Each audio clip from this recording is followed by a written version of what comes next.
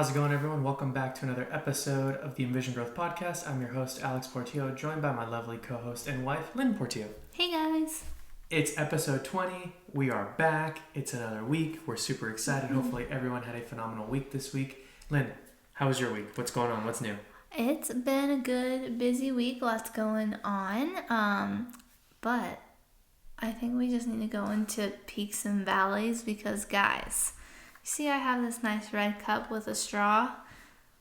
My week has been made because I got some lemonade this morning. Yeah. And I was so excited because I didn't have any cash on me, but Alex had emergency money in the car, thank goodness. And I'm just drinking on my lemonade that I got from a cute little brother and sister duo while we were driving around today. So just peak of the day, this is how my week's going. And if you know Lynn, we've talked about this in the past, if there's a lemonade stand, she will want to stop. Matter of fact, she'll force me to stop. Mm-hmm. Yesterday, as we're passing by this neighborhood, they were out there, but we noticed them as I was already passing them, and it was going through the light. Yeah, it was right before a light. They're on a corner right before a light, so there was no way I could stop. And I had a trailer, and so I told Lynn, I was like, you know what? Unfortunately, today's just not going to be a day that I'm going to stop. Sorry. She was upset. You could tell she was upset. She was very sad. She was mad at me, and I paid for that later. But it is what it is.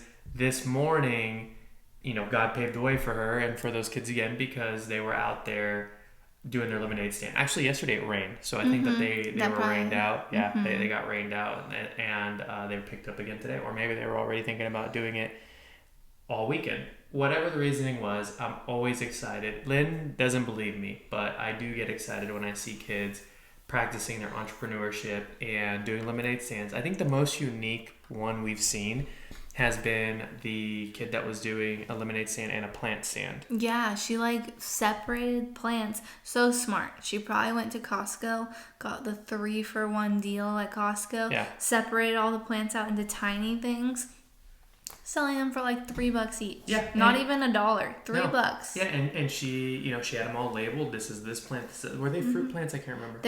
Some of them were. I got a cucumber. Yes. But there were herbs too. Yeah. Yeah. And so she had them all lined out. Her dad was out there helping her out. And it's just really cool to see kids engage and do things like that. I remember when I was a kid, honestly, I did 1 or 2 lemonade stands in my lifetime as a kid, and the only reason I was inspired to do them was because of seeing them on TV. And so I was like, oh, okay, well, cool, that must be cool, so let me try that.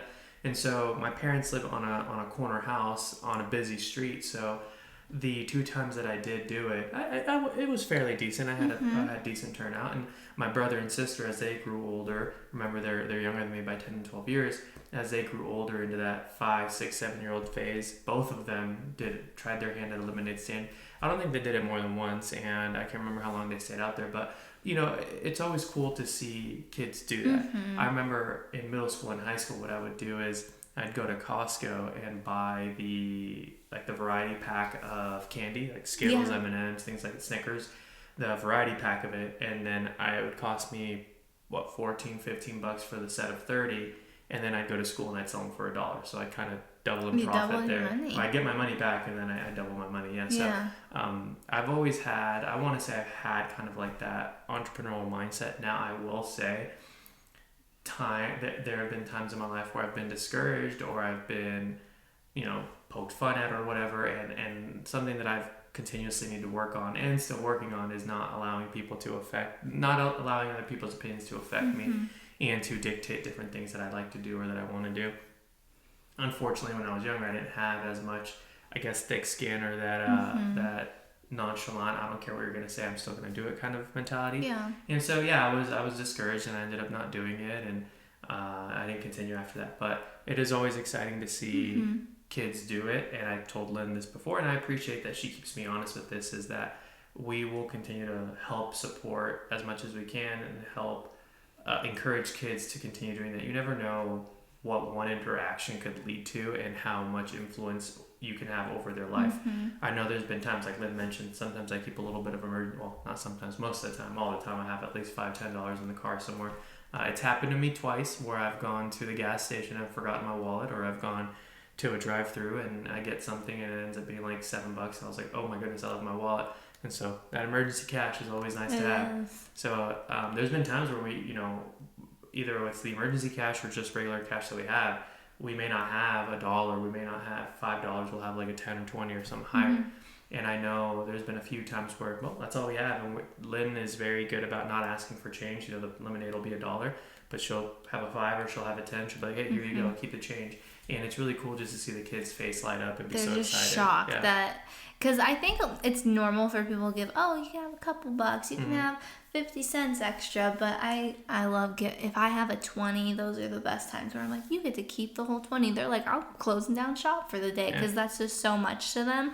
It's just really fun to kind of give that little extra bit, because they're not expecting it. Correct. And even the Bible, to tie it back to scripture, encourages us to give, right? Jesus calls us to give, and the Bible says, give, and what you give will be given unto you as well. So, not that we do it for that, but we really genuinely do it to help support people and help encourage them in their entrepreneur journey and what they want to do. Like I said, you never know. This will teach them so many skills about life, and just a simple lemonade stand. They're learning marketing. They're learning math. Change. They're learning math.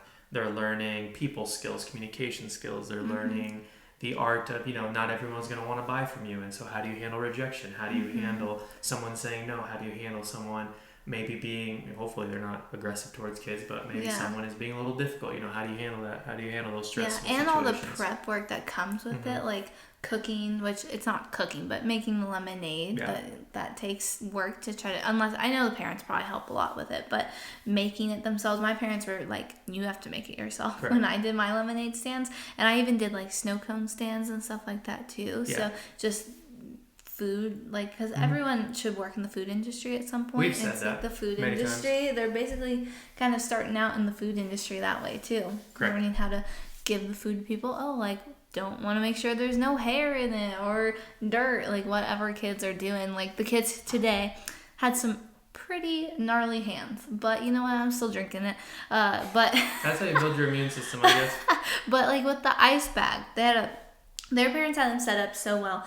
There was 2 big ice chests, and then they had the cool things filled with lemonade. So they had pink lemonade and normal lemonade, and that has a little spout thing. But the ice chest, that was a big old bag of ice, but it wasn't open. So this little girl's like, and she looks at her brother. She's like, it's not open. Like, hello, are you gonna help me? And then he comes over, rips it open easy, and she's like, hello, it's not broken, break it. And they're just like punching the bag. So even though their parents set them up, they're still making them do like the hard little details. I asked for a straw because I saw straws there. She's like, okay, let me figure out how to open the bag for the straws. Like, it's like really simple things that we think of, but it's important to make them do it, because just with Rhaegar, seeing him having to do the things, the tiny things, that's what's helping their brain connect and learn and also build that confidence. So now she'll probably always be able to open a straw bag. She'll know how to crush ice.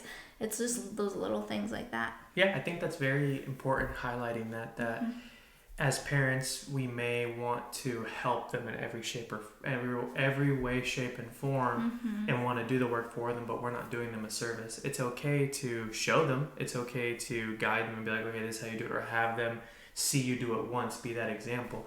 But then, I would say it comes in stages, right? I'm not going to go show Rhaegar how to run. He's barely learning how to walk. He's going to look at me like, what are you doing? So wherever stage they're at and whatever task it is, finding the best way to help them give ownership of it and learn it themselves, and not doing the work for them. Because if you do the work for them, they're going to eventually get used to that, and then they're going to just expect that. And then that's the problem, is that when kids get thrown out into the world, we've seen it. I used to be in education, and I've seen it when kids get everything done for them, and then they get thrown into the real world, and then they don't know what to do. They don't know how to operate. They don't know how to fail. They stress out. And so it's important to teach your kids life skills. Teach, right? Show them, but not do it for them. So yeah, I think that's very important. And that was really cool, because I stayed in the car. I was watching Rhaegar. That's really cool that the parents were there, supervising, making sure everything is good, but making them do it. This is your idea. You take full ownership of it.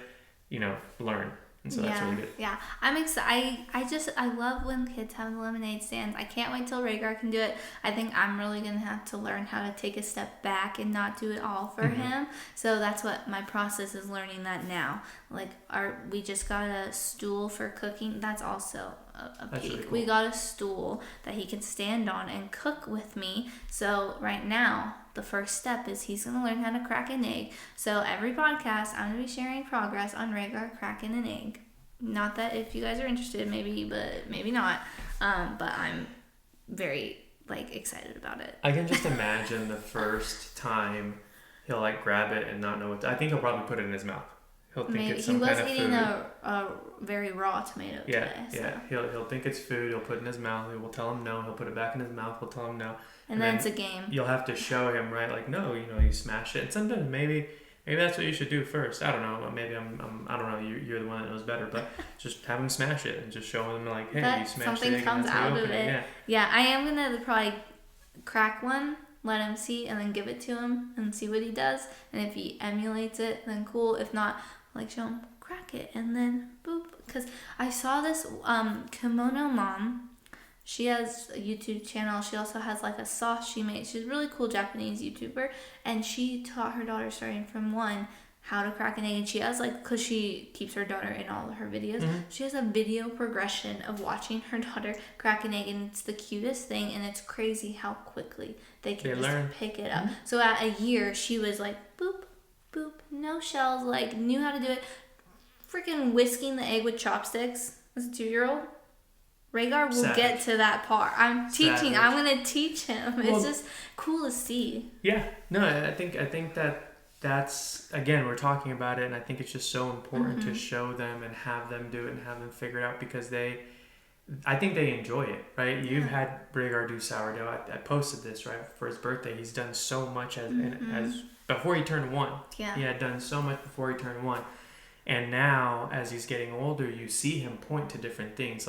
Either he'll be in his playpen and he'll start whining a little bit, or start pointing that he wants to go somewhere. And it's easy for us to just pick him up and follow his lead on where he wants to go. But now we're really being intentional and challenging him to, okay, what do you want? And then, or where do you want to go? And then he'll point, okay, what is that? That's the door. Or do you want to go outside? Do you want to go to the kitchen? Do you want mom? Do you want dad? And having him try and repeat the word or know the word of association, right? And then go from there. Now, does he do it? Is he repeating words? Hit or miss. It really depends on the word. He makes an audible noise. Yeah, he will make an audible noise. It's just not what the word is. And right now, he's just kind of finding his voice. Today, it was quiet in the living room, and he was playing in his playpen.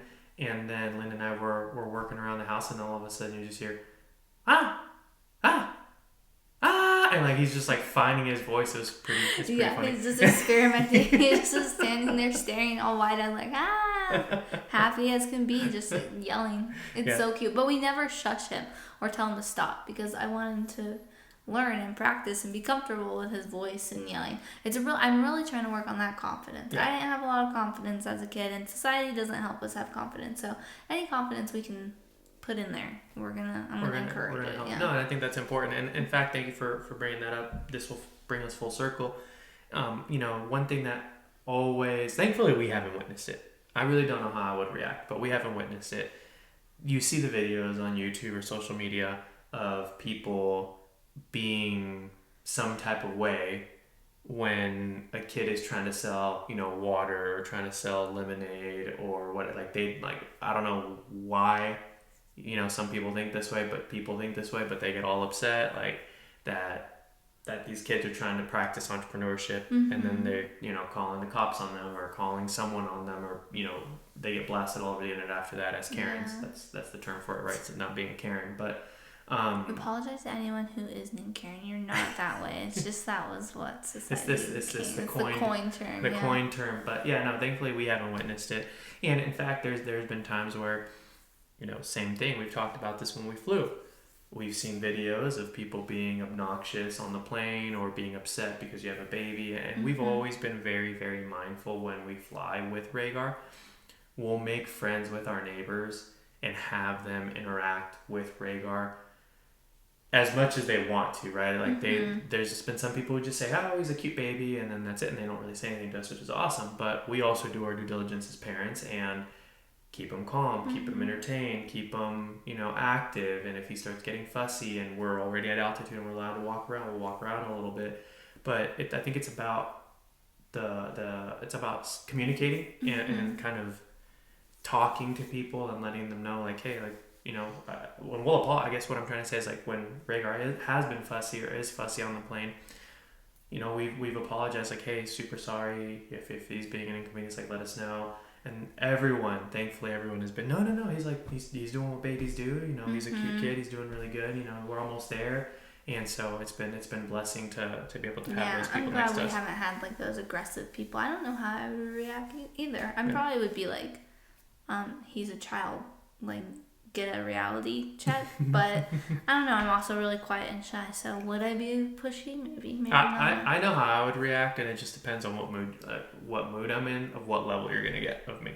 Yeah, that's true. And so we'll go, yeah. But you are pretty accommodating of others, though, and that's depends on the situation. Kind of, yeah, it depends on the situation. Like, I'm not gonna escalate it just to escalate it, but if someone is being a jerk and I am trying my best, but they're still being an ass about it, now we're gonna have a different conversation, right? Yeah. But it just depends on, like, I will give the energy people are giving back to me in that situation. Yeah, but yeah, to your point, I will help and accommodate as much as I can, but I'm not going to let someone be disrespectful, humiliate me or devalue me just because of whatever they're going through. So yeah, thankfully we haven't gone through that. Hopefully we don't have to go through that. In fact, Andy, I talk about Andy Frisella a lot. I know because, one, he is the creator of 75 Hard program, like I've mentioned before, but I listen to his podcast a lot, and it really helps just give me different perspectives, and I just love what he teaches.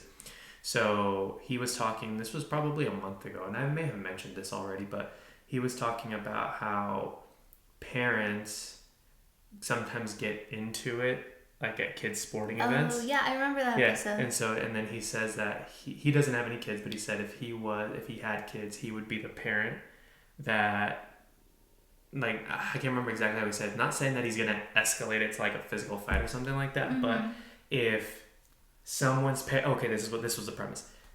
So if someone's parents are coming at him because his kid is doing better, and they're getting upset at him because his kids are doing better, he's gonna push back and say, like, their kids on the bench and their kids playing. Yeah. And he's gonna push back. No, from the other team. I don't think it was from the teammates. It was from the other team, because what happened is someone had wrote in and said that the kids coach, other parents on the team, and parents from the opposing team were getting mad at his kid because it was in soccer. The kid was scoring like 15 goals a game, and so the parents were telling him to take it down a notch. Talk to his kid to take it down a notch. And then Andy said, if that was my kid, I'd be having my kid go harder and telling the parents, like, if you want your kid to be better than my son, then work hard at it. Yeah, like, actually, I remember, and then he started saying, like, parents don't even practice with their kids. They go to practice and they don't go home and continue it. It's like with an instrument. You need to practice at home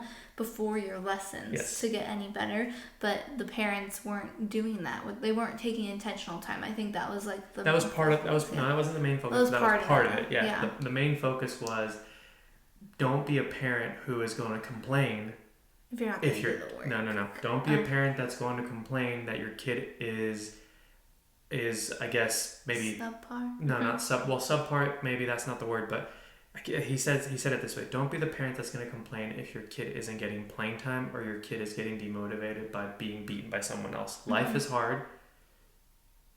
Get over it. Essentially, is what he's saying, and teach them to grow from losing. Teach them to grow from failure instead of trying to coddle them and make someone else who's great step down to their level. No, make them get up to his level. And so when he said that, I was like, you know what? Makes complete sense. I completely agree with it.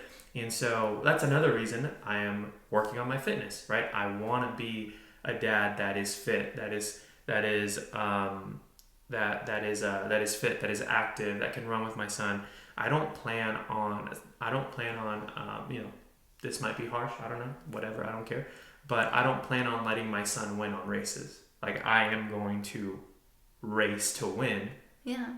and he is going to get better because hopefully he's going to want to try and beat me. Yeah, that's right. the goal. And then once he beats me, like legitimately beats me, he will feel a sense of accomplishment. It may take years, right? But there will come a time where I know he's going to beat me, and I want to continue to be. Hopefully, he sees me this way, but I want to continue being the superhero or the Super Saiyan, the Super Saiyan that he sees in me. I don't want him to grow up one day and say, "Oh my God, like I thought my dad was this, but my dad's actually fat and lazy and unmotivated or doesn't practice what he preach or anything like that." And so those are some of the things that I want to build for myself and be that person, so then that way I am who my son thinks I am. And then that will motivate him because he's going to see you being so great, and he's like, I want to get to that level, like the whole time. Like I just think of Vegeta and Trunks in that respect. That's immediately what comes to my mind when you say you're going to beat him and not let him win the race. Because Vegeta's didn't let Trunks hit him, and then the second Trunks was able to land a blow, he did what he said he was going to do. We're going to go to the theme park, just like you wanted, and go on the roller coaster.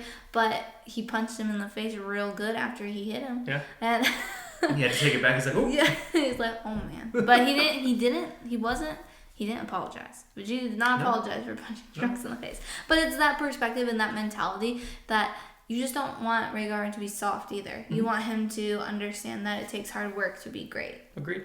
And it may be controversial. People may disagree with me. And again, I don't care. The way, like, a lot of what Vegeta, like, this is, I mentioned this and I keep mentioning it. I take a lot of inspiration from shows, from characters, from anime, from different things in life. Not just people, but other things in life too. Vegeta is a father that I absolutely love and like respect his parenthood, his parenting style, because he is very tough on them. He loves them unconditionally. Even if you watch the show, you know he loves them unconditionally, but he is not easy on them. He teaches them hard work. He teaches them discipline. He teaches them all these different things, except for when Bola is born, his daughter, she's got him wrapped around his finger, which is a whole different conversation. But with his son, daughters do with their daddies. With his son Trunks, who is his oldest, he definitely pushes him to be great and reminds him that mediocrity is not acceptable, and he needs to just continue to elevate and get better. If he fails, it's fine. Just continue to work at it and get better. That whole show is really great. I mean, Goku does the same thing. He's just a little, Goku forgets he has kids. Yeah. So I don't know how he's the same. But I mean, he just is like, he's tough. He's tough on them. He's not just gonna let Goten be running free and not working. Like he encourages him to work hard, and he doesn't let him win either. Correct. Ever. Although we can have this discussion now or later, but in reality, the one who raised those kids is Piccolo. He's the one who, I'm not going through this discussion with you. Piccolo. Goku may be Gohan and Goten's biological father, but the real father figure there is Piccolo. Changed my mind. I don't disagree. Goku's not the best father or husband at all, but he cares about them. He's a good companion. Yeah. He's a good little, I'm going to watch over you guys with my little halo. Yeah. Come down if I need you with Whis and Lord Beerus, but... You know, what's funny is that just made me think of this. I remember seeing this meme years ago, and it resonated with me. It's stuck with me since. It says, being a kid is admiring Goku, but growing up and maturing is realizing that Vegeta makes most sense. Yeah, that's completely true. I like, when I read that, I was like, whoa, like, mind blown. Like, it's true. I grew up really admiring Goku. I think everyone does. But you grow up and you realize, like, okay, your values, your goals, your I guess your personality, not your personality, what's the word I'm looking for? Your maturity. You become more mature. You've experienced different things in life, and you realize, like, oh, I can relate more to this character now than I could to this character in the past. And I saw the same thing with Batman and the Joker. It said, growing up is admiring Batman, growing up as a kid is admiring Batman, but maturing and growing as an adult is understanding that the Joker makes more sense. And so, that might be a little dark, but you can definitely understand why and where it's relatable and things like that. And so, Vegeta is for probably the last 20 years, or has been, is the right word, has been my favorite character. And I just love him more and more the more his character arc develops and the more he's grown as a character, right? Yeah, So, I know. I'm so excited with like where his growth is going to now. It's so exciting. It's also cool that it's still continuing, that we're still seeing his growth even after growing up with it. It is. But I don't know if I've told you this. I'm behind. So. No, well, you are very behind, but after, it was the movie, so I just stopped. I was tired. I don't want to read the movie. I wasn't a fan of the movie. After Akira Toriyama's passing, Toyotaro, who is his student, his disciple, he's the one who's taken it over, made an official announcement that this next arc is the last arc of Dragon Ball. Like, Dragon Ball is ending. I don't think I think he doesn't feel. I think if I remember correctly, he said he didn't feel worthy continuing it without Toriyama, but he's gonna close out his master or his mentor's vision, and that's where we'll see. You better have a very good vision with Vegeta then, because that's I have high expectations. That's so sad. Yeah, so it's the end of an era. But, yeah, that's exciting. Or we're getting close to the end of an era, I should say. Yeah. Since you were talking about memes, I just want to put this one up there since it's Dragon Ball related up there. I'm putting it with my hands. Okay, it's going to go in the video. The best meme ever is the only picture I've ever saved in my phone that I've kept for years. And it's Thanos saying, "Oh, I got rid of half the population." And then Zeno's like, "That's cute." So I'm putting that on there just for, You have Zeno. Show them. I do. I don't think they'd be able to see from over there. I guess I could put a picture up there of little Zeno with peace signs floating in space. Yeah. Lynn was getting this half sleeve of your name, and once I saw the background and the color scheme I told her, I was like, oh, it'd be really cool if there was a Zeno upside down with peace signs, because that's what he did in the anime after he erased one of the universes, and the next thing I know, she did it, and I was like, oh, that's so cool. Yeah, I was so excited to show him. I'm like, it's a surprise. So that's just my favorite meme. I'll put out the memes Alex mentioned in there as well for you guys, but I had to add that one in since we're talking about Dragon Ball memes, because it's the best one ever. Yeah. In my opinion. Yeah. That is the best meme. I agree. Those are really good, so I'm excited for that. But I mean, I just realized we've talked about all this time about what's gone well, like what your peak is, what's your valley. Wow, my peak took a lot of time. But it's all related. I mean, it's all related to today's topic. Yeah. I guess my valley would be, I'm pretty worn out. Yeah. It's been a long week. It's been just a lot with work, life, Rhaegar not sleeping, Rhaegar teething. I'm just physically kind of drained. I'm ready for a good little break, which we're having soon because someone has a deer hunt coming. So that will be really excited. I'm anticipating that, but trying to finish up a bunch of stuff before then. So it's just a lot. I guess I'm struggling with finding balance in priorities right now. Yeah, that's an interesting concept because the older I get, the more I feel like balance really isn't a thing. Yeah, it's non-existent. You're always going to overwork in some areas of your life. I think the better phrase should be finding that flow, right? Yeah. Flow. What is the best way to navigate it's just balance is so...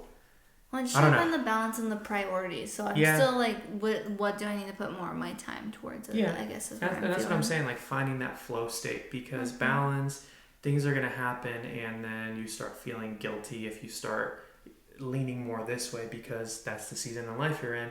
So then you try and fix the balance and go this way, but then you fix this side, and then now you start neglecting this side, and it's just, I don't know. Like, I don't know if that's a good visual representation of what I'm trying to say and think about, but I would say finding that flow state is what I've learned is more realistic than kind of finding balance. But I understand. I know it's been a long couple of weeks. I think it's been go for us. We were just talking about this yesterday. It's been go for us since the week of my birthday, and that was 2 months ago. Yeah. Like every single week, and there's been something, and I'm getting ready to go on my hunt, right? We go on my deer hunt here this next weekend, which I'm super, super excited about, and I'll talk about here in a second. But even Rhaegar's birthday, I mean, it's still work. We were the ones hosting, so we had a lot of work. breakfast, I lunch, would be dinner. there cooking the whole time and then clean up and prepping. I went on my conference, my self-development conference. It was work. I was still participating. I was still active. It was still, I wasn't relaxing in the sense of just sitting and doing nothing. And then you've been training for your hunt. I've been training for my hunt. That's been, every on the weekends in the morning, going to the range, hour to 2 hours, practicing, hitting the gym. Before that, my other self-development retreat, I think that was a little bit more of a relax because I wasn't cooking. I was participating. It's still traveling though. Like the travel you're part kind of it. Socially interacting with people, and to me that sounds like work with strangers. strangers. I can see that, but no. Overall, it has been go for the last 2 months, and really for the last 3 weeks. Yeah, and that's just the weekends. We still have our normal jobs in the week that also, and then for me, you don't ever get a break as a mom. So if I'm over here doing something, Rhaegar's here, keeping an eye on him. If he's sleeping, I'm recording, I'm editing, doing chores. So it definitely we haven't had like a break. Yeah, in our time. I agree, but no, either way, I like to think of it this way. I like to find something to be, like when I feel stressed out, I've shared this with you as one of my tips and tricks. When I feel stressed out, overwhelmed, I find something that I'm grateful for, and I practice gratitude, and I sit in it, and I'm so grateful to be able to, I guess, have all of these different experiences, even at the cost of being busy or stressed out or whatever, because it has really made me happy the last couple months. Like, yes, there's been some up and downs. It hasn't always been perfect, but when I sit back and reflect, I'm like, you know what? We've done a lot of great things, and we've done a lot of fun things in the last 2 months. Yeah. And so it's just about getting better. It's about improving. It's about not staying stagnant. One of the reasons why I say shatter through your limits. One, it's from Vegeta. Vegeta's the one who mentioned it, although he says I will shatter through my limits, and I just kind of he's condensed it to shatter it out through your to limits. other people. Because Vegeta doesn't care about other people. He's grown to care about them more. Yeah. He's grown to care about them more. But he's not encouraging others to shatter their limits. Did you not watch Dragon Ball Super at the end? Yes. Oh, yes. In turmoil, in times of turmoil, when they're trying to survive, he's trying to help people. Yes. I just mean he's focused on his own growth. Yeah, he's definitely focused on his own growth because he embodies. We're focused on your guys' growth too. He embodies. You cannot help others if you're not the best version of yourself. Yeah. He really does. He really focuses. And he may come off selfish, but deep down, I know he really cares. Yeah. So, I lost my train of thought. You got me on a rant there. Well, what was it? So one of the reasons why I say shatter through your limits is because, you want to elevate. You want to get better. You want to not stay stagnant. As I mentioned, stagnation, I think, is where the beginning of death begins. If you're just complacent. You just begin. You just that's where the beginning of the end of life. Yeah, like you're going to work, you come home, microwave your dinner, sit there, watch TV, go to bed, play some games, maybe start the day over, and it's just the same thing. Like it's good to appreciate the mundane things in life and be in that routine so you can be consistent. But growth is in the mundane. Yeah, working through to like some aspiration and goal. Yeah, there is some growth in the mundane. I'm really starting to understand that. Yeah. Because it happens to me so often. I get passionate about something, I go into it, and then all of a sudden I'm like, this is the same thing over and over again, and I lose the motivation for it, or I lose the consistency in it. And so he gets that like even with food, which is where the diet and workout is. That's where I can struggle. Yeah, that's where I can struggle. And so understanding there's growth in many things, but growth in the monotonous tasks is a real thing. And I think that's actually so we're kind of on both sides. There's this thing nowadays of romanticizing your life, romanticizing the small things. And it can be like, oh yeah, we're just going to go to the park, have a picnic, relax, enjoy it. So you're kind of being lackadaisy in your normal day, like, oh, doing my face makeup, making sure I look beautiful, to do a day of nothing, certain things like that. But I think also having gratitude and appreciating those small things you're doing every day makes it more enjoyable, makes you more motivated to get to that place and hit your goals where you want to be. But still I really like the idea of to an extent of that romanticizing. Like, I'm making sourdough today. It's a lot of work, but I'm going to enjoy it. I'm going to go out to the garden every day. I mean, technically that's a chore. I have to make sure the garden's taken care of, but I'm taking Rhaegar. I'm teaching him. So it is in those small little things, like enjoying and being grateful for each one of those things, but also taking them seriously and doing them every single day, no matter what. Even if you're too tired to go do this, it's cold outside, you don't want to go do a walk like normal. It's pushing yourself to maintain those routines, which is something you gotta learn, that routine. Well, I mean, cold plunging has helped, 75 hard has helped, and even there's days where I just don't want to do it, but I know I have to get it done. And when I get it done, I feel so satisfied, I feel so happy, I feel so I just feel really good about myself. It increases my confidence. So yeah, I agree. I want to teach you how to make like a proper to-do list, and then you're going to learn how satisfying it is to mark off those boxes. I've done them. I just don't stay consistent with them. Because you put too much and you don't organize it. Yeah. You got to have it like the easiest things to do. I think multitasking is something that through all the stuff we've been kind of working on, we've been organizing, cleaning up some stuff, you get a little overwhelmed with all the tasks because you're like, you got to do each one individually. That is not true. Multitasking, yes, they say it's a lie because you can't do one thing well. But if it's a bunch of things that don't need to be done perfectly and it's just a routine, mundane thing, you can find that balance. I guess. And do multiple things at once. Like, I can hold Rhaegar and wash the dishes or sweep. When he was really tiny, guys, I swept the whole house with holding him in Texas. Oh my gosh. It was like nothing. Now it's hard because he's huge, but I'm going to get him a little baby broom and he can help. That's funny. We can just use Rhaegar for all the things we don't want to do. We could. Eventually, once he gets older, hey, go do that. This is your chore. This is your chore list. They have the cutest little baby set. It has a mop, broom, scoop. He's going to be doing all the chores. And that's also one thing, because we're talking about a lot of kind of different things, but all relating to parenting and how we want to be our best and how we want to encourage our kids to do better. Your kid's not going to know the difference between playing catch with a ball, playing with a toy, or doing the chores, as long as it's something you're doing with them. That's what they want. They want you to interact with them. So my goal right now, cracking an egg, that's one thing that I'm trying to get breakfast or dinner cooked. Yeah. So I'm going to have him stand on that stool, help me with the dishes. He's going to enjoy playing in the water, see what's going on, and just being with me. That's what he wants, is to be with us. So just actively participating, like you mentioned in the sports, helping them get to the best they can be. Lemonade stand, actively participating. They come to me saying, hey, I want a lemonade stand. I'm like, okay, what do you need to do? Let me help you figure out how to get this set up. And then you go for it. It's just being that active parent. Yeah, I think it's very important because that's how you also build a relationship with them, and you also get to learn about them. I think the hardest thing I've seen in my life so far, and Rhaegar's not there yet, but my siblings, right? My brother and sister are 10 and 12 years younger than me, so I have a little bit of experience or knowledge of what those years are like as an adult or an older sibling versus when you go through them. And I think that a lot of the disconnect that happened in my family, and not, to no one's fault really, it's just we didn't know any better. We weren't intentional with each other's time.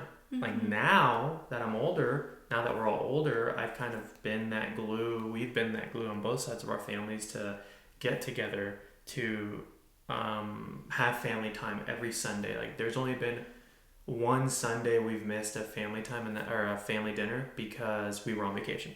Yeah, but we just were with each other for the whole time. No. That one doesn't even count because we were there for Rhaegar's birthday. We were there together, but there was one previously where we canceled it because we weren't in town, and I was coming home late. So two technically, because when I came back from this most recent trip for self-development.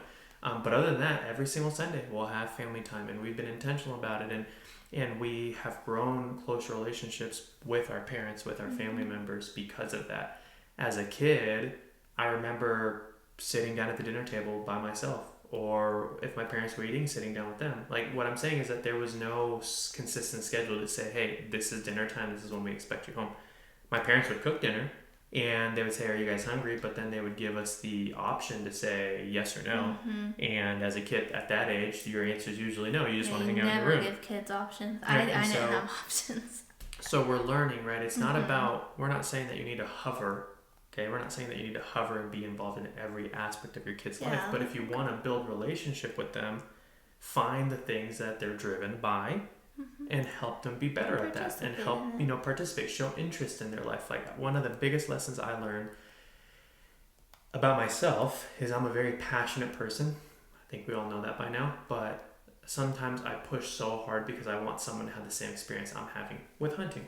Perfect example. I pushed that so hard on my brother and on my sister to the point where they were turned off by hunting. They want nothing to do with it. It took a long time now to where my brother and sister and I have a way better relationship. We have better communication. My brother's more excited about hunting now, and we've been hunting last year. We went out a couple times. It was just totally different dynamic.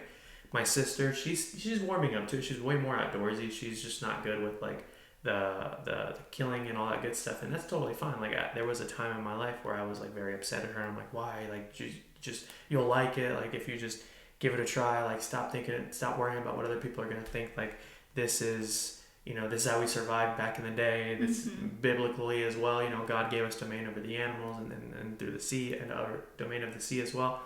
And so I would do these different things to try and push her to like it. And in fact, that push took her the opposite way. Now she's way more open to going out scouting or helping butcher or helping this. She just doesn't want to be the person that pulls the trigger or shoots the arrow. She's not there right now. Maybe eventually she will. I always put in for her points just to keep her points for hunting in the hopes that one day she will. But at the end of the day, I had this conversation with her and I said, if you don't want to hunt, I totally respect that. I just appreciate that you like being outside. And so, the lesson there learned for me is be very mindful of what you're pushing and how you're pushing and understanding that, is this your dream or is this their dream? Because I think you need to have that like fine line as you get involved in your kids' sports or in their life in that aspect. Yeah, my dad was really good just all throughout my childhood, I feel, with whatever passion I had. I was the only child, so I was definitely a spoiled child. I would come to my dad with, I want to play the violin, I want to play the guitar, I want to play the piano, I want to do this, I want to do that. Exposure. Yeah, he'd buy me the best, and he'd get it for me that day. If I'm bringing it that day and we were able to go, we're going to Guitar Center that day. He's going to buy me not just like a starter, he'd get me the best quality, which I always was like, no, I don't need like the best one. But now hindsight, I'm like, wow, he just wanted me to be excellent, which in UOU, it's really based around you finding your excellence. By E.T. And now that I'm thinking about it, I'm like, wow, my dad just wanted me to have the best of the best so I could be the best of the best, which is such a good example that he set for me. So like, I still have like the guitar he bought me. I still have my violin. I have 2 pianos because he was able to find me 2 pianos. Like he really invested in whatever my interest was. I wanted to learn crochet and he bought me just a bunch of yarn and all the needles. I wanted to do embroidery. He got me everything I needed to do that. And it's just his commitment to helping me be happy and do whatever passion I was on, whatever it may be. The garden. He helped me build the whole garden. Even though it's like at his house, he built everything for me. And it's just so cool to see how active he was in whatever passion I had. And those memories now are priceless. Yeah. Those memories with your father, like those are the things you're going to take with you for the rest of your life. And we've talked about this. Like we want to, Rhaegar has 3 absolute things that he has to do. Like there is no negotiating. He's going to do them. He has some autonomy to them, but he needs to play a sport. We don't care what sport it is. It's going to teach him teamwork. It's going to teach him hard work. It's going to teach him working towards something, which is hard work. He's going to play an instrument. It doesn't matter what instrument. It's going to give him a musical background. It's going to give him a skill. It's going to give him discipline, right? And reinforcing the team part of it, the sports part of it. And then the last one is a martial art. We don't care what martial art it is, but that's going to teach him self-defense, self-respect, standing up for himself, standing up for others. Culture. Give him confidence. Just culture. Respectfulness in general. Correct. Like manners. Yep. And so those are the 3 non-negotiables that he's going to do. And we want to expose him to different things. Like if he wants to try out for basketball or interest in basketball, we'll do that. He wants to play soccer, we'll do that. Football, we'll do that, even though Lynn doesn't like it. Different things like that. I don't want his head to get beaten up. But I get that. If he wants to be the next Conor McGregor, he can do that too. I'm just imagining him in his little gi. Oh. You saw that live and you were freaking out when we went to go watch MMA live. Well, he just has to, I'm just going to make him be really good and push him so he doesn't get hit in the face. That's what hilarious. I have an argument with you guys. I talked about last week his little workout outfit thing I got from the yard sale. Well, I have in my Amazon cart the matching bike and a boxing bag and some little free weights that I'm trying to convince Alex to let me buy for him now. Not yet. The punching bag, he could totally do it now, you guys. The punching bag, has a little ninja on it, and it's meant to for judo, I think is what it's technically around. But he's gonna be a little karate master. I can't wait. Next Karate Kid. Yeah, no, I mean, the bike I think is too soon. The free weights, sure. Punching bag, yes. But, we're working on, we've already started talking about it, so I'm just going to go into it a little bit further. But we want to discuss, today's topic is changes and how we go through changes in life. How do we adapt to changes in life? I mean, we've already started talking about them. So with that, I will add that we're doing some changes. We want to, we're doing some changes that we'll share here in shortly or in the future. As you can tell, we don't have the poster up with us. We're rearranging the podcast room and different things like that. And so it just brought up this, Rhaegar turning 1 really brought this excitement for me personally, because this is the age I've been waiting for. I love my son, period. But as a baby, super exciting. You get to hold him, cuddle with him, have all those moments that I absolutely loved. Now he doesn't really like to cuddle with me. He likes to cuddle with his mom, which is totally fine. So this phase is where I'm more, I don't want to say absent, but I'm more this is still Lynn's phase. She loves this phase. He just wants to be with her. Cool. It's the milk, you guys. Don't believe it. When he gets to that 1.5, 2 year mark and we're running, that's where those are the years I'm looking forward to. Yeah, he's ready to be able to roughhouse with him and play with him. He's already getting there. They play teasing wise, and Rhaegar's he's walking quite a bit on his own actually now. He's taking the chances, just slow little walks, but it will be fun when he's actually really active.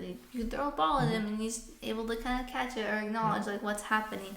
But he is he's recently gotten to a mommy stage. I only want mommy, which I love. I'm not going to turn that down. She's not complaining. But, yeah, it's great.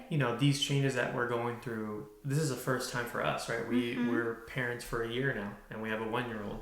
And we're learning so much about ourselves, about him, about our relationship with him individually, our relationship with him together. It's a very interesting time because I thought I was prepared. And I realized that there's still so much more to learn and so much more to absorb. Patience, as my lovely wife here is probably going to laugh and be surprised that I'm being vulnerable with this, but patience is something that I still have to work on. And I think I'm a pretty patient person, but there are certain times where if I'm busy or there's so much that's going on or so much has to get done in a short amount of time, my patience gauge, my patience gauge with people gets very, very thin. And the smallest things will start triggering me or start upsetting me, and then I lash out and take it out on people. And it's not fair to them. It's not fair to, particularly the people that sometimes get affected is Lynn. I'm the number one. And it's not fair to her, not fair to Rhaegar. And so I've realized myself that I need to work on that, and that's what I'm working on. But just, changes is so, change to me can be a scary word. I think it just depends on what you're looking to change, but in reality, I get excited about it because it makes me realize, it humbles me, and it makes me realize that there's still so much more to learn. There's still so much more to improve on, and that just gets me excited because I don't like to be stagnant. I don't like to feel like this is the end. I don't like to feel like I can't shatter my limits and ascend. Yes. But so just changes in general. A lot of them are going on right now, but we're very excited about them, at least for me. I'm very excited about that. I mean, I handle changes much different than him. He forces himself into change, because he gets bored. And that's just his personality type. For me, I like doing those, as I said, romanticizing the fun, mundane things. I love a good organizational to-do list. I write it up in the night, mark it off the next day. So change is something that just change management in general, it's something I've always been having to work on. It used to cause me a lot of stress when I was younger, like high school age. I was not good at change in any way. Since being with Alex, seeing how he handles it, he's really helped me. My job has helped me with change management. It's something that I slowly have to adapt to, but it's in certain things, because I can get up on a whim, say, hey, let's go do this weekend, and have no issues with it.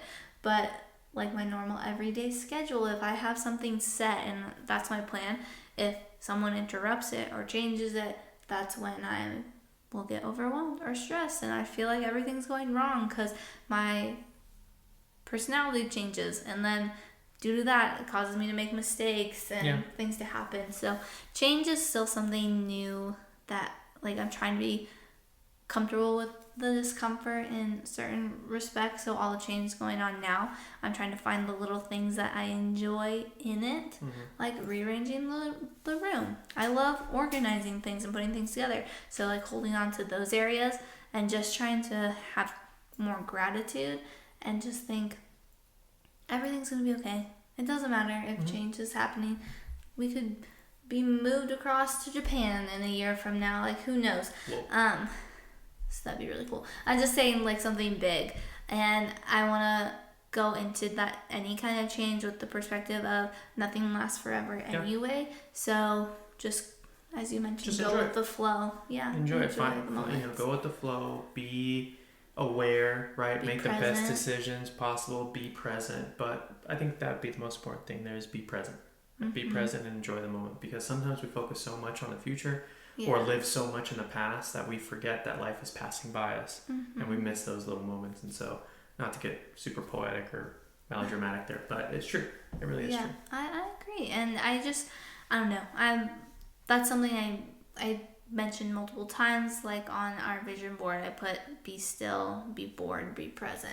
And that's something I'm still struggling with. I did leave my phone today though, and I didn't realize until I got back. I was like, hey, I don't have my phone. And that shows that I was being present in the moment. I was picking tomatoes with Rhaegar, and I set him down on the ground. I'm picking everything, and I turned around and he picked one all on his own. It wasn't ripe, but he tried to eat it like an apple, and he loved it. And just that, I couldn't imagine biting into a tomato and eating it. I like tomatoes if it's with stuff. I still can't eat them plain. And the fact that he's like has this taste buds for fresh fruits and vegetables shows that we are doing something right there, at least with his food of not being picky. But just, I was present there. I turned on the hose accidentally. Well, I turned it on purpose, but I guess with the settings, it sprayed right in him, so he just got drenched in water and started laughing. So I was so present that I forgot my phone. I didn't even know where it was for a couple hours. I didn't have it, and it was great. I never once felt like, oh, I need to go reach for my phone. So I want more moments like that during all of this change. It's just realizing I don't need to be on YouTube looking at other people's lives. Like, let me just look at mine. You have the power to change your own life. I've said this to you many, many times, and I'm so happy that you're finally listening. You're finally doing what I've been saying. Because for many years, and you talked about that, for many years she would romanticize or look at someone else's life, and I think that's what social media does, right? You look at someone else's life, and it can be deceiving. Some people do have it. Some people are just making it up. Some people are just deceiving you, right? But the people that you have followed, I'd say they have it. They're very down to earth, genuine people, right? And so Lynn would say, like, oh, she's traveling to Europe today or this week. She's in Iceland, or she's in, making sourdough, or doing this or doing that. And so finally, I just told her one day, I was like, you need to stop. Like, you're putting yourself in a little box, and you're putting yourself in a terrible mental space because you feel like you can't do this. You have the power to change your own life. And this was when we were both overweight. And so fat. I think, I think it's important to mention how sometimes just that one task or that one that one thing, that one task that helps you change, or that you change towards, helps change your mindset. And you start building little wins and start building little habits from that. Because I think that's what happened. With my sourdough? Yeah. Is that you were like, you know what, I'm going to go for it. I'm going to try it. You went for it. It didn't come out great the first time. It wasn't bad. It just didn't come out great. We learned that lesson. You did it again. It didn't discourage you. You bettered the recipe. Then you started feeling comfortable. You giving it out to people. And then from there, people were asking you for some more. And then you started now doing, loaves, and now different designs and different cakes. And like you made bagels and English muffins. Bagels and English muffins. And then you made, it's not sourdough, but you made this really, really good like carnivore cheesecake.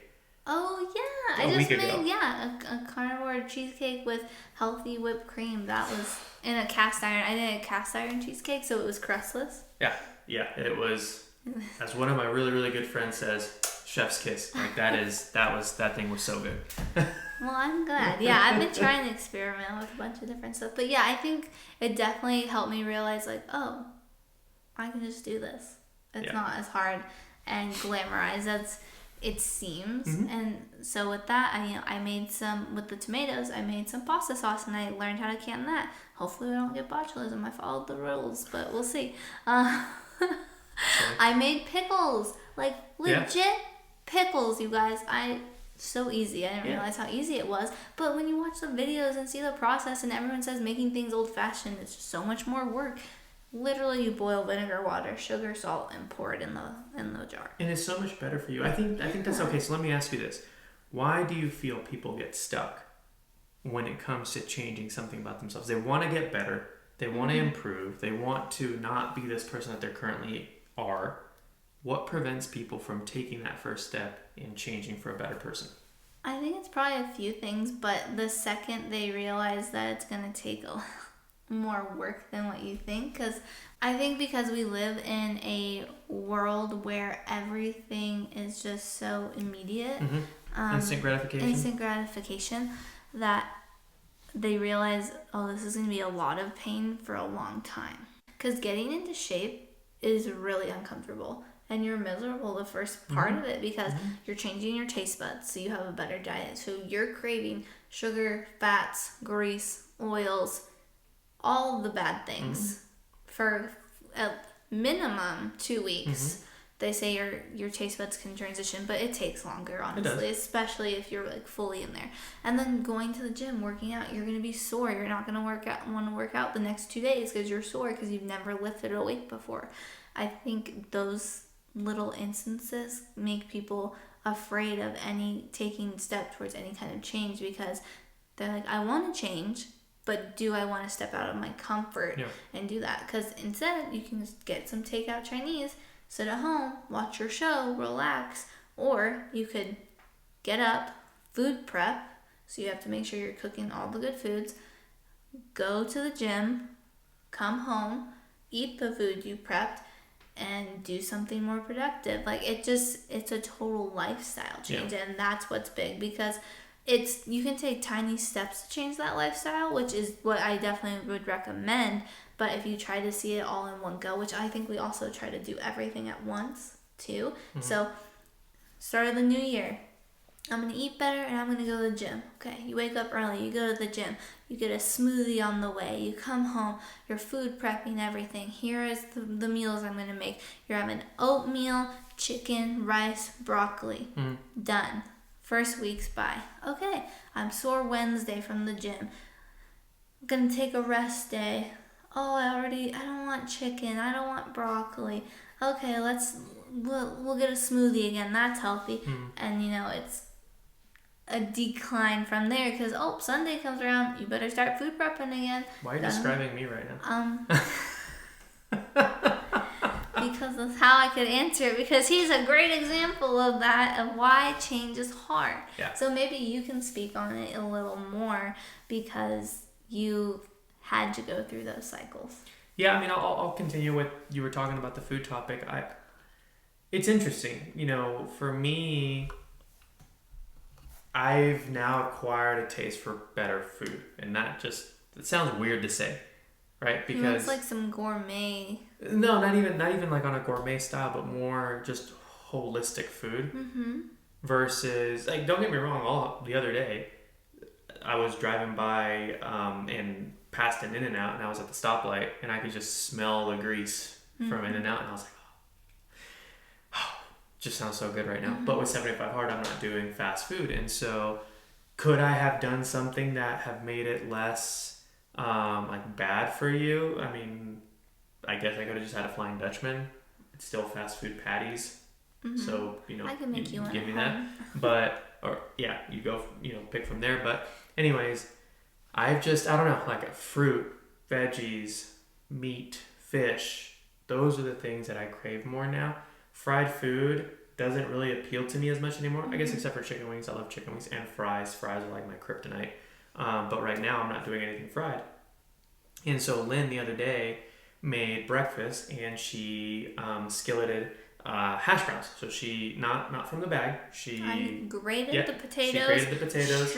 Washed them in cold water so they wouldn't turn color. Strained them and made like homemade hash browns. Yeah, and she made them with butter on a skillet, and so they weren't fried. They weren't what's it called, deep fried or anything like that. They were just like skilleted with butter, and they turned out super crispy, and it was so good. I put a little too much butter. So if you're following along on this attempt of 75 Hard, I've been documenting my journey daily on a quick reel on Instagram, and I'll put my food intake for the day, or I put a video or picture of like the different things that I've eaten that day, or that I've made, or that Lynn has made. And I've noticed that the less carbs that I eat, the better I feel. And I can relate to it. Not too long ago when I wasn't on 75 Hard, I was eating carbs. And as soon as I finished eating, a bunch of pizza or a burger or bread, 20 minutes into it, I'm like, I just start getting sleepy and drowsy. I don't want to do anything. Why did I do that? Yeah, and then right now I'm eating cleaner, leaner, less carbs, aside from like what's in fruits, what's in greens, what's in dairy. That's really it. I mean, meat and fish, a lot of it, or I guess it's in seasonings. And I've been making some pretty healthier meals. Like if you watch the reels, I made steamed clams, I made lobster, mussels. I've been trying to experiment a little bit to help him get different proteins since he isn't eating those carbs. And I can eat many servings of that, and I'll feel full, but then I don't feel overly full or stuffed, or I don't feel groggy. And so, to Lynn's point, what I've going back to the original point, where I struggled with is this was 2 years ago when we did first 75 Hard the first time, and I had my personal trainer. A lot of it, I'm not saying that he was like, hey, you can only eat chicken and rice. That's not what he was saying. Like, it was macro based, but I had to find different things that fit within my macros. And a lot of the times it was easy to just have greens, chicken, turkey. And so for a long time, that's all we were eating. We lived on protein powder and freaking carton egg whites. Yeah. The amount of egg whites and cauliflower rice. Oh, I can't even eat cauliflower because of how much cauliflower fried rice I had to make, and he'd have me put shrimp in it. So you open that thing that next day after food prep. Whew. Yeah. But it was gross. But yeah, I was making like salsa egg whites every day. You know what? Okay, sorry, I didn't mean to cut you off, but it just gave me a perfect example as soon as you said that. I think when I went through my juicing phase is the perfect example. I started juicing greens and making green juice, and juicing fruits and making fruit juice. The fruit juice is easy because it's sweet, right? And so you got the natural sugars, so it's tasty. But the green juices, I have this green juice recipe that's really healthy for you, but it doesn't taste the best. And so every single week for groceries, I would get the ingredients: cilantro, celery, green apple, lime, kale, spinach. And for the first 2 weeks, I was on it. I'd make myself a green juice every single day, and things wouldn't go to waste.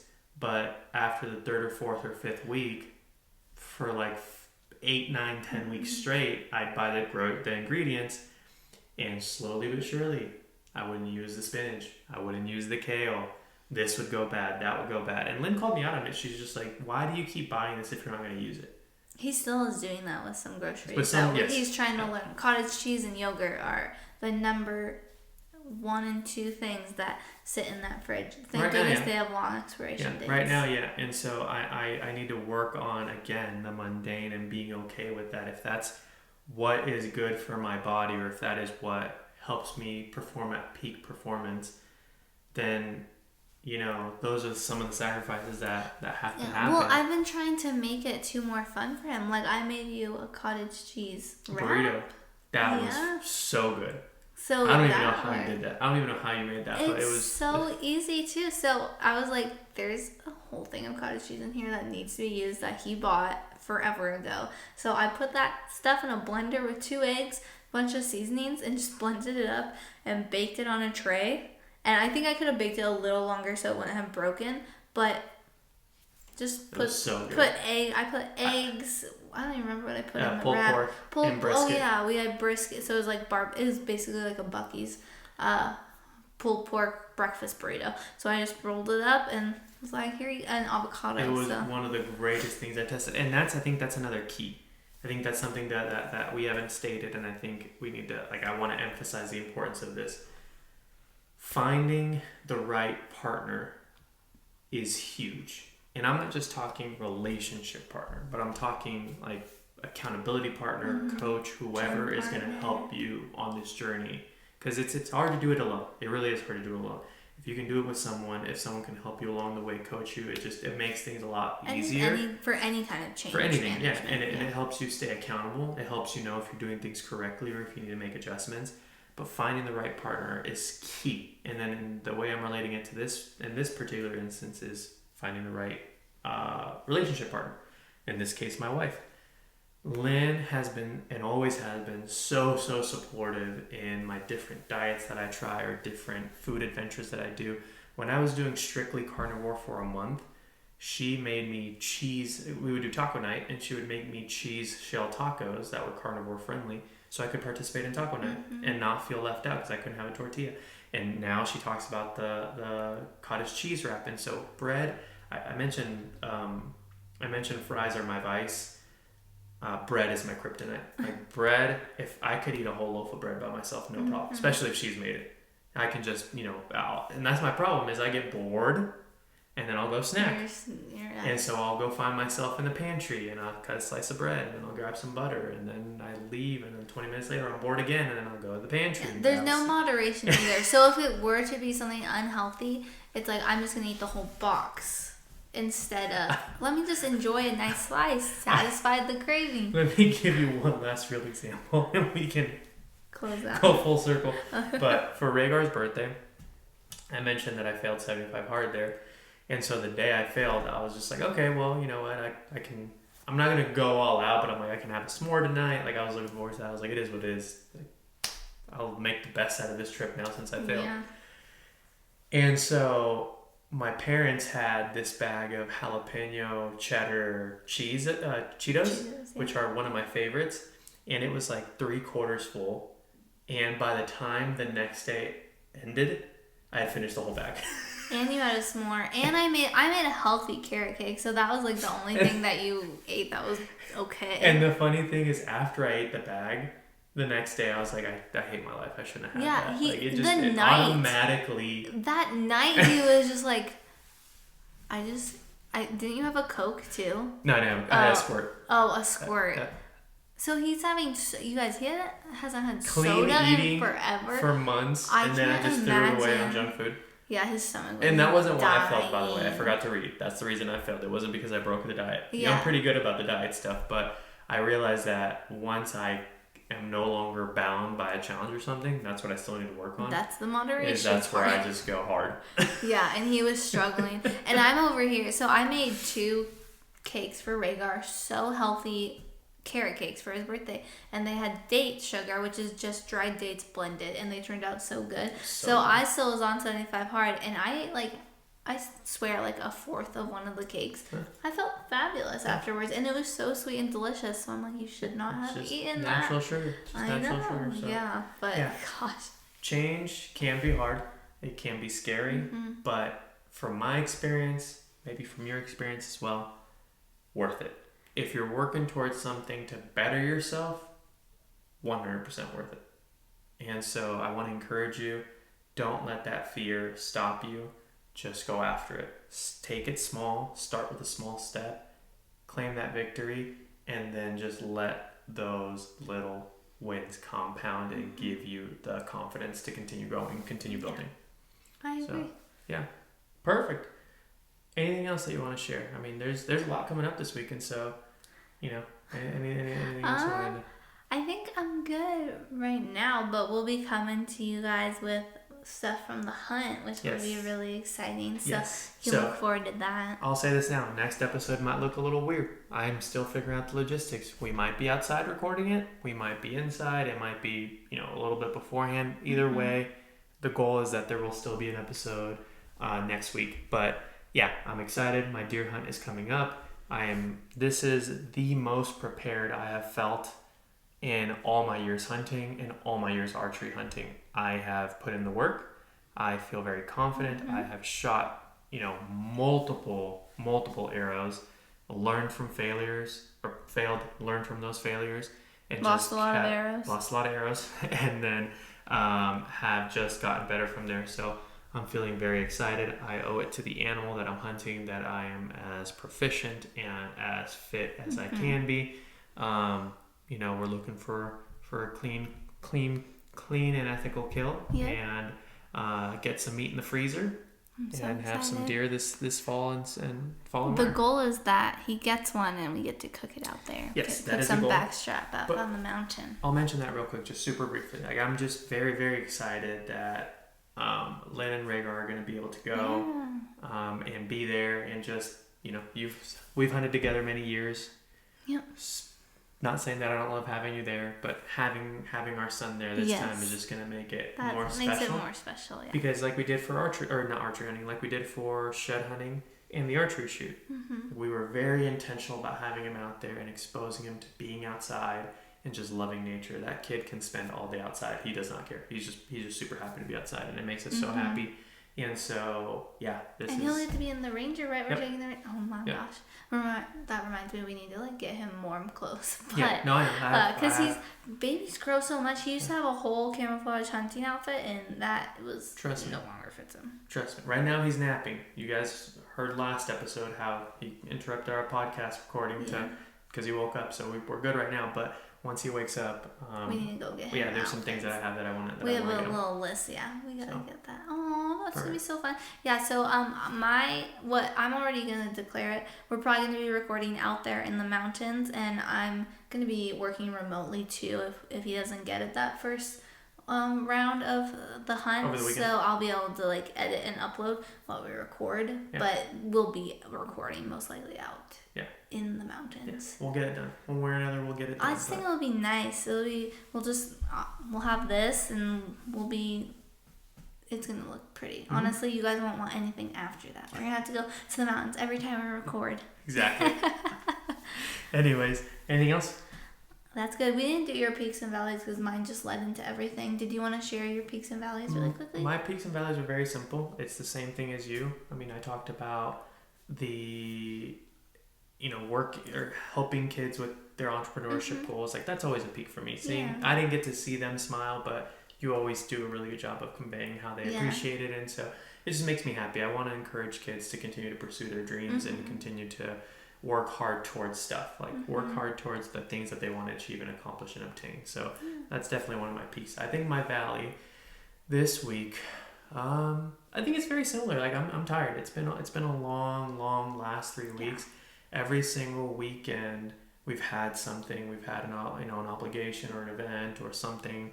At least for me, I know you've spent more time at home. But it's more just compensating for you being gone. Correct. But I guess where I was going with that is we just haven't spent a lot of time together. And so the things that I'm doing right now are what I'm preparing for have come at the sacrifice of spending time together. And so I would say that even this weekend, I was looking forward to just kind of a chill weekend and a chill weekend. I had a lot of things to do on Saturday. The hunt is next week, so I'm getting everything ready and getting prepared. And so I think where I'll really feel chill a little bit will be the drive out there. The day we scout, because that is, we can't hunt on scouting day. So we're arriving 2 days before, a day and a half before the season opens. And then that's it. Because once that opening day we're on grind mode, we're on work mode, and Yeah. It's a different kind of work. It's exciting. It's so fun. But I'm excited. I'm so excited to be deer hunting. You guys, deer hunting is my favorite kind of hunt. I don't know what it is, but compared to all the other things, I love being out there. I love waking up in the cool mornings and just being on the tops of the mountains. So even though it's not my tag, which I'm very sad about, I'm so sad I didn't get one. I'm excited to watch him get one because I'm his scout. I don't know what it is about any of the people in our hunting group, but they can't see anything and they don't trust me either. So I'm gonna be like, there's the deer, go shoot it, dang it. That's what my role is make sure my glasses are all clean, and I'm gonna scout out those deer, and he's gonna shoot not a big trophy because we need meat. We're gonna have fun. Whatever God provides for us is what we're going He's for. like, no, I want a big rack. If God wants to give me a 38-inch spread deer, who am I to say no? Okay, so if he just wants to put him in my way at anywhere between 60 yards and under, pushing 70, I'm comfortable at 70, not comfortable at 60, your but first comfortable one was at 40 70. yards, right? Yeah, it was 32. But God puts him between 60 and under, whatever he puts there. Who am I to say no to? Oh my gosh, I'm already crying with thinking of the picture of Rhaegar holding little antlers with a deer. Yeah. You gotta get one. Yeah. Okay, guys. Alex is gonna get one. Yep. I'm definitely gonna shatter my limits in Ascend this week, and so should you. So until next time, we appreciate you guys spending time with us as always. We love doing this. So go out there, shatter your limits and Ascend this week. God bless. Bye-bye. Bye, guys.